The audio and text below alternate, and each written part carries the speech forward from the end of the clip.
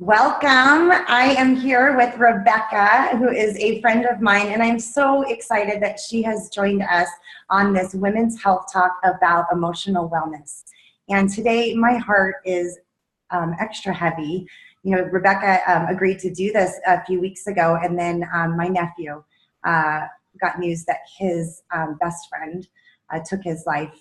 And I just feel like the timing on this couldn't be better. Having Rebecca here to kind of share with us her expertise on emotional wellness, warning signs that we can look for, ways that we can support our emotional wellness on a daily basis is so crucial.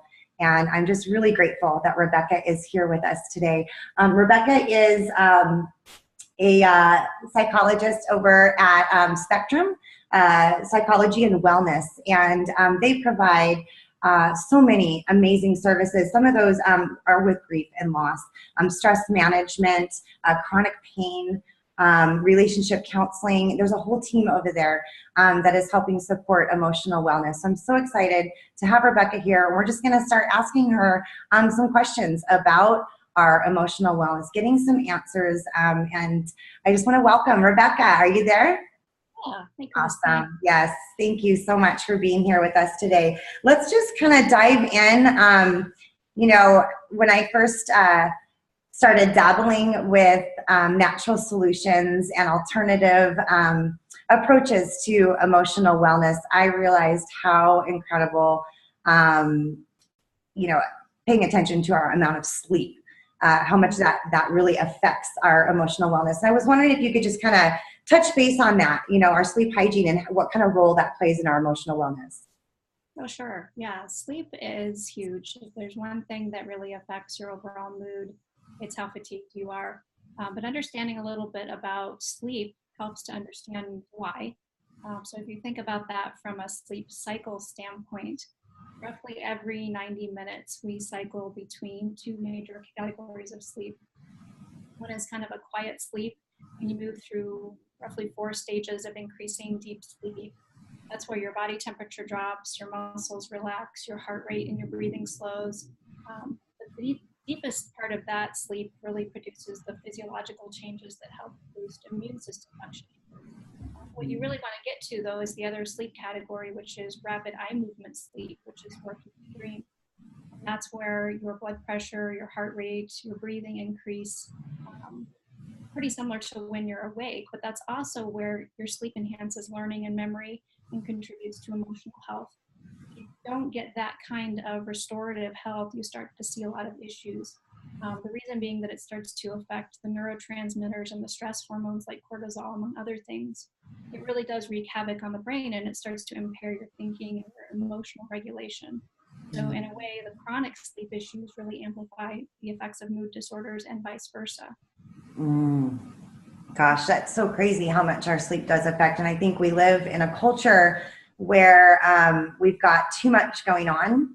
And one of the first things that we compromise is our sleep. We try to maximize, you know, the time in a day, or, I can't go to bed at this time because I'm so busy. I got to do this, and just how great, you know, that can affect our emotional wellness and like you said, our physical health too. I heard you say something about our immune system and all of that.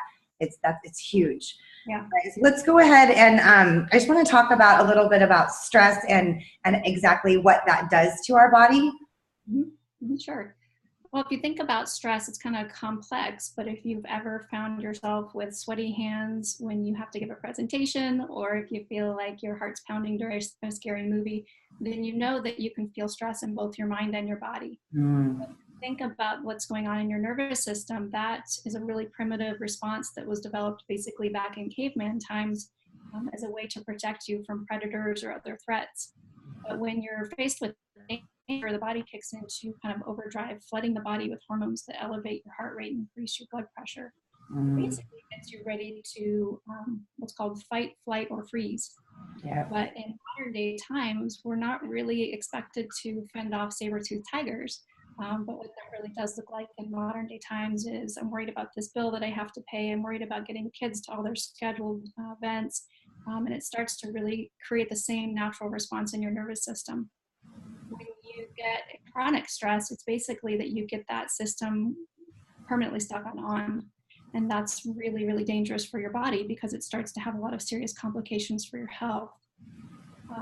If you think about that from a long-term standpoint, you might feel tired, you might be unable to concentrate, you might get irritable, but that can also start to create disease in your body.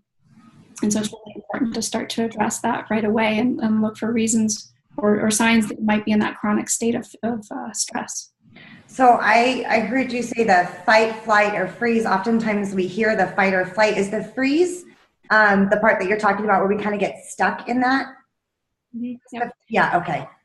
Think about it from that primitive standpoint. It's run away, it's protect yourself, or it's don't move so that you feel small, so you look small, so you're safe. I think a lot of people that struggle with anxiety get really stuck in that one. Yes.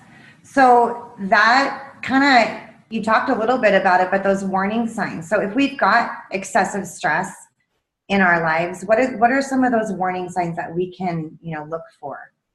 Sure. So some of the things that I often see in my office are people that have sleep issues, people that have unexplained weight loss or gain, that anxiety that we just talked about, mood swings, irritability that they can't really explain, difficulty with concentration or memory, loss of interest in things you used to enjoy, really overwhelmed really easily where you feel like you might burst into tears. Yeah, absolutely. So what would you suggest some things that we can do to kind of decrease stress? Because we live, like I said, it's in a culture, it's a lot of stress.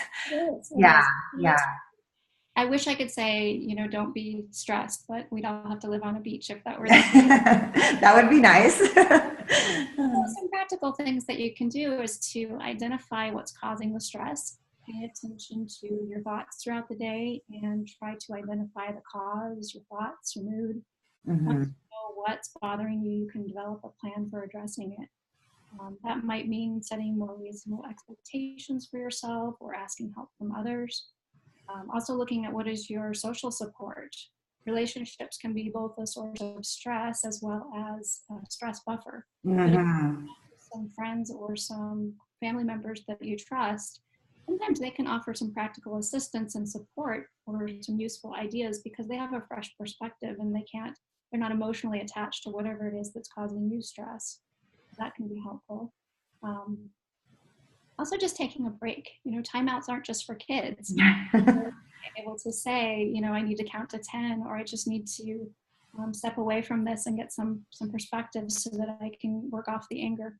And exercise. Exercise is really helpful with stress because it's the most natural way that we have to kind of neutralize some of those stress hormones and chemicals in your body. Absolutely.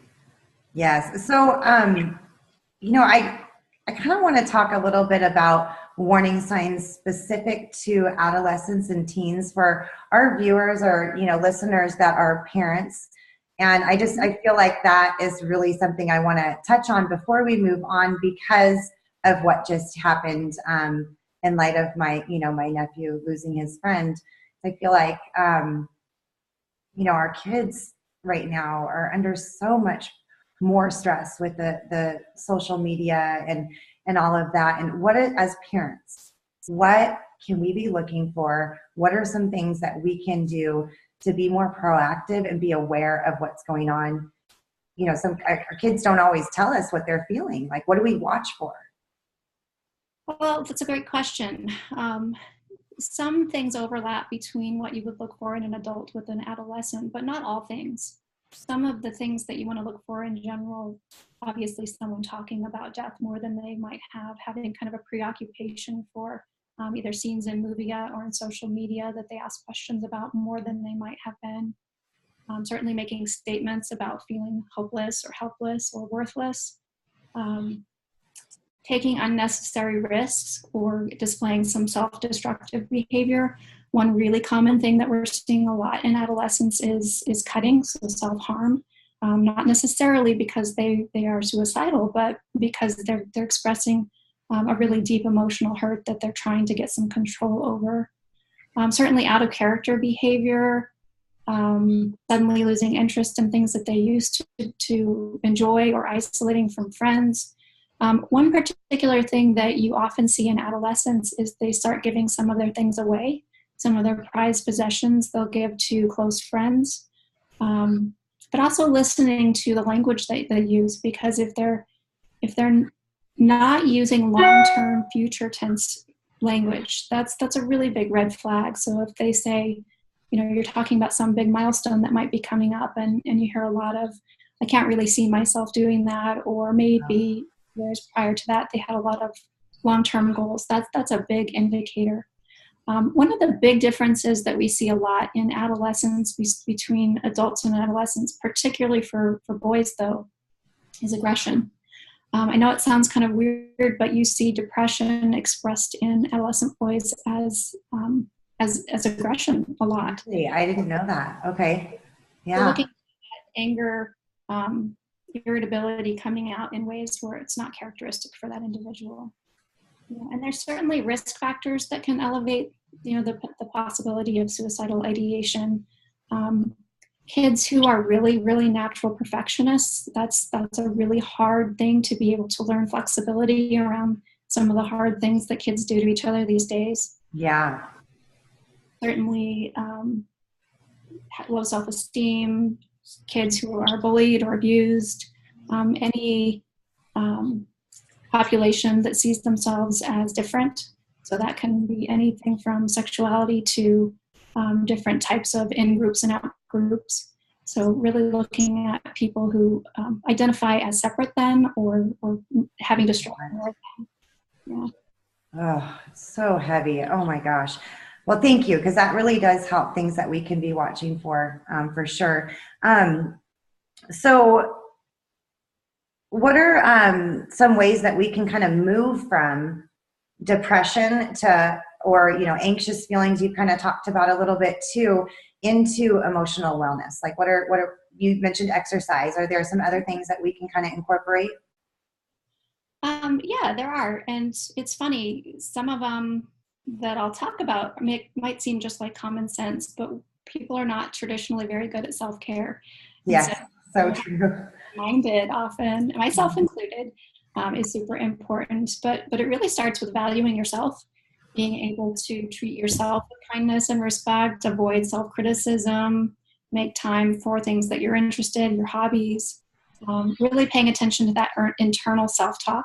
Yes. Life is hard enough without you putting yourself down.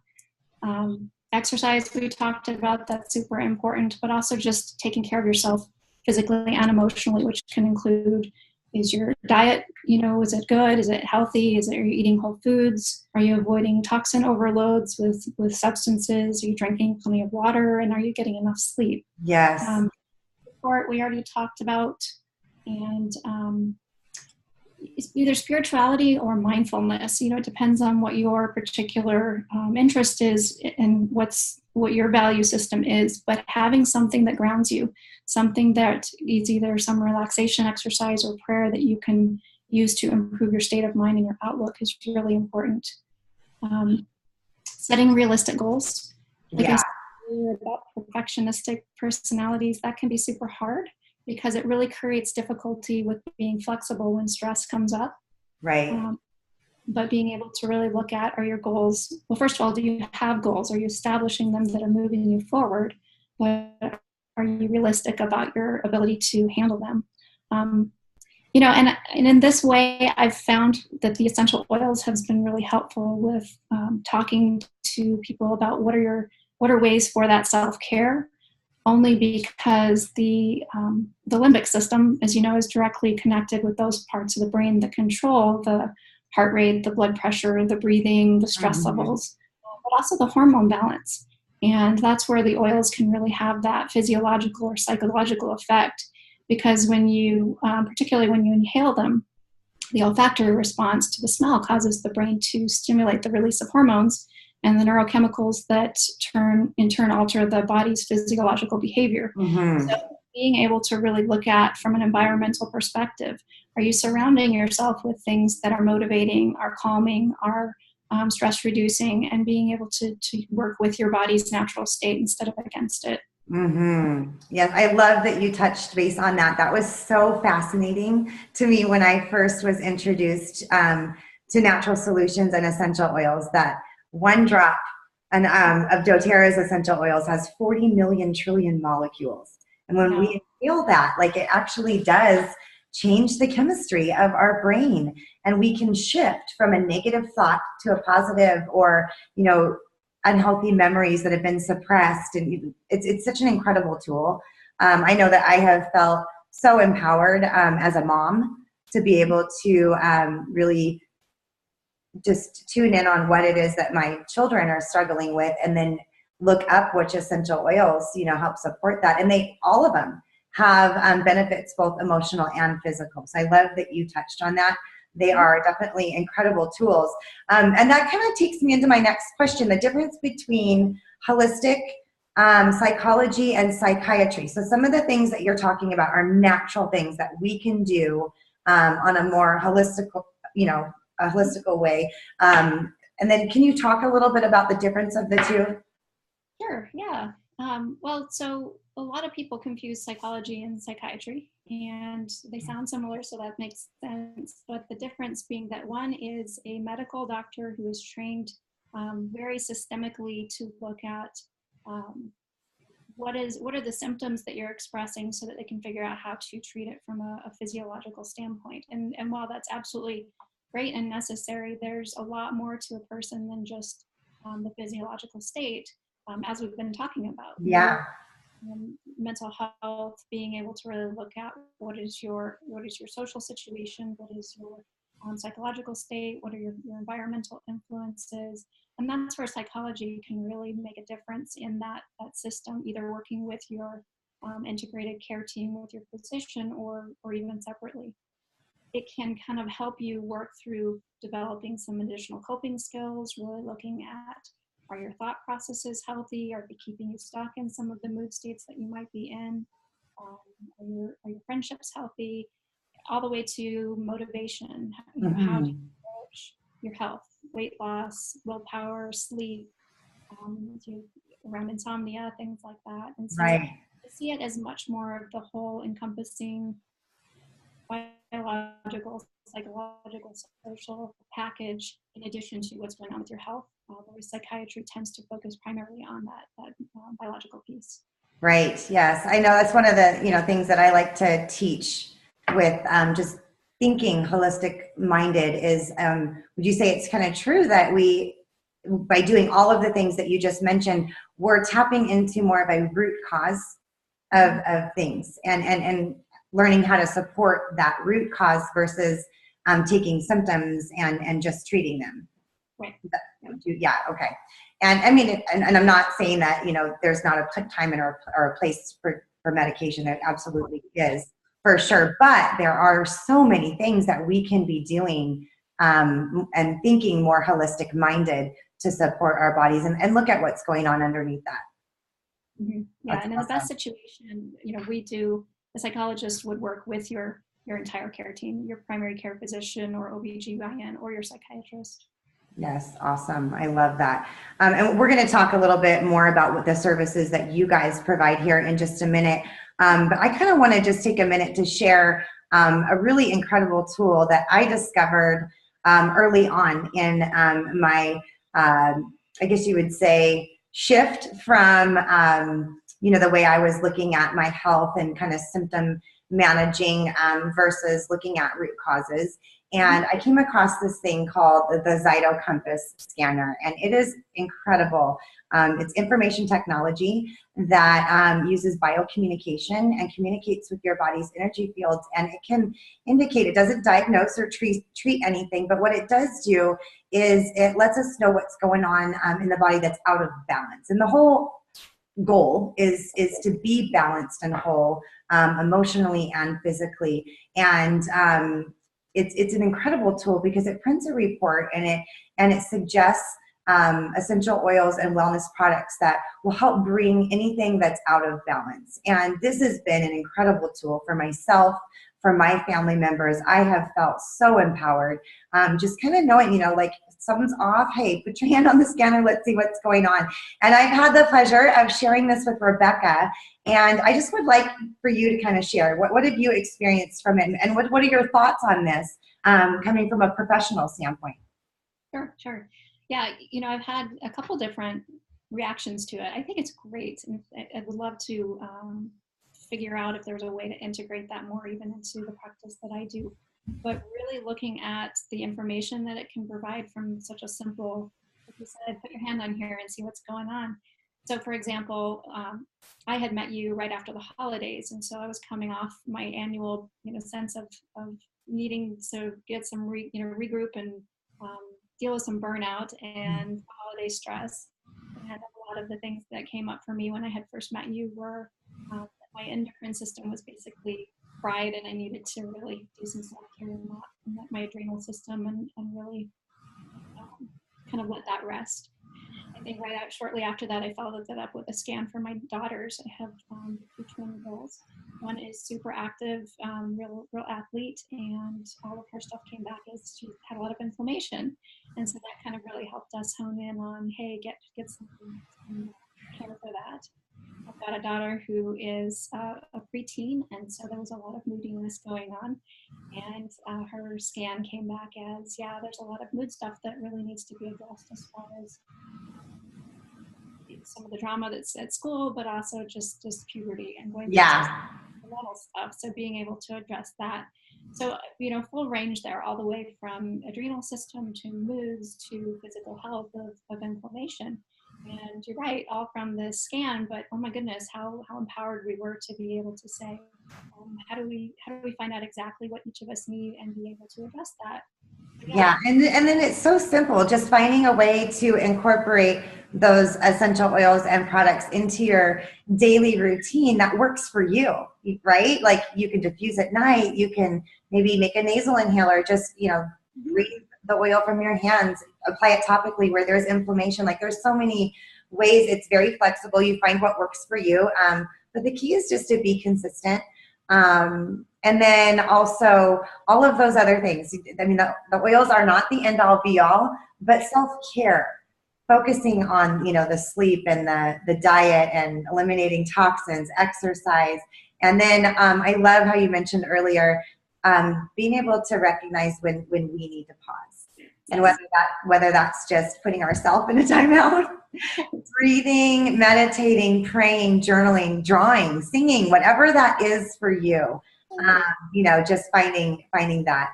I love that. Thank you, Rebecca.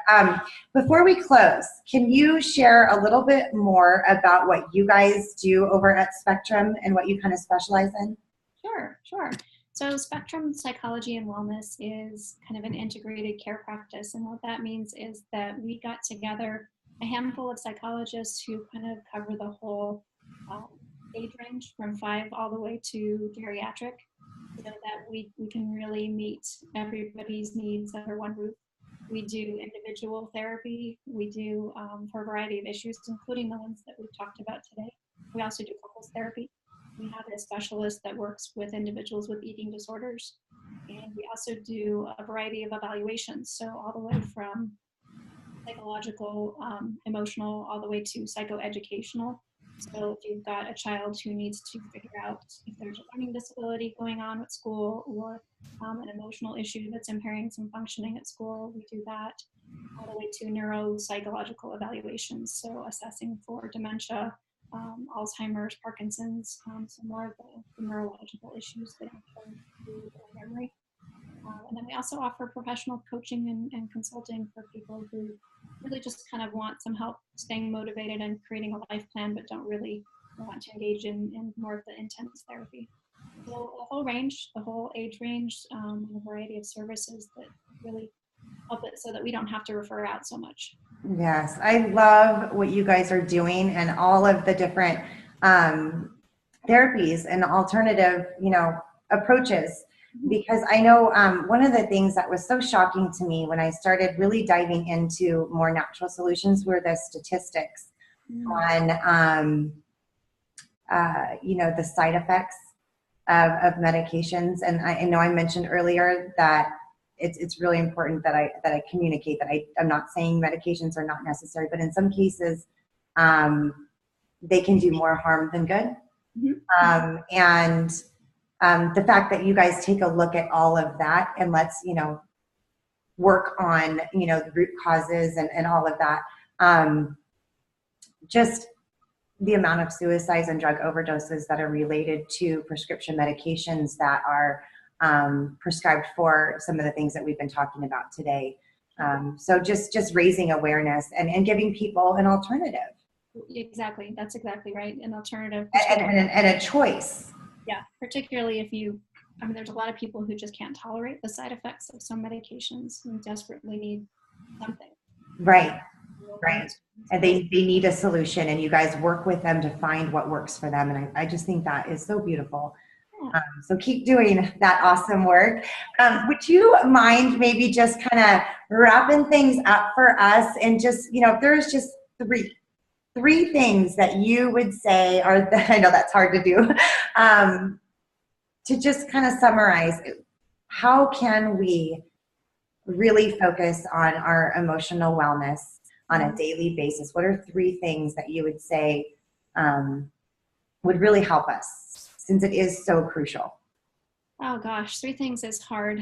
I would say the top three that come to mind, balance. And what I mean by that is, like you said earlier, so being really realistic about goals and priorities. I think one of the biggest ways that we beat ourselves up in our mind is to say, I should, or to set these goals that really create our own stress. Really create that balance and say that my priorities and my goals are realistic based on the fact that I'm human and the fact that I'm one person. Yes. Boundaries. I would say boundaries are another really big one that I see.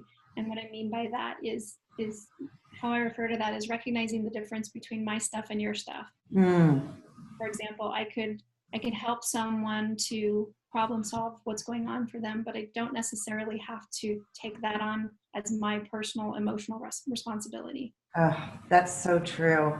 Being able to recognize that boundary between what's going on for me, and if this is your stuff, how can I help you with it instead of owning it myself? And then, a third one, I'd probably just go back to that whole self-care. Diet, exercise, sleep, mindfulness, being able to really understand that the way that you live your life will create the energy for how you live it. Right. Super important. Awesome. Thank you so much, Rebbeca. So much valuable information. And I, again, love what you are doing. So I just want to, before we completely shut this down, I want to just encourage you, if you've been listening and or watching, that you would share this, spread this information so that more moms can be empowered and know what to watch for.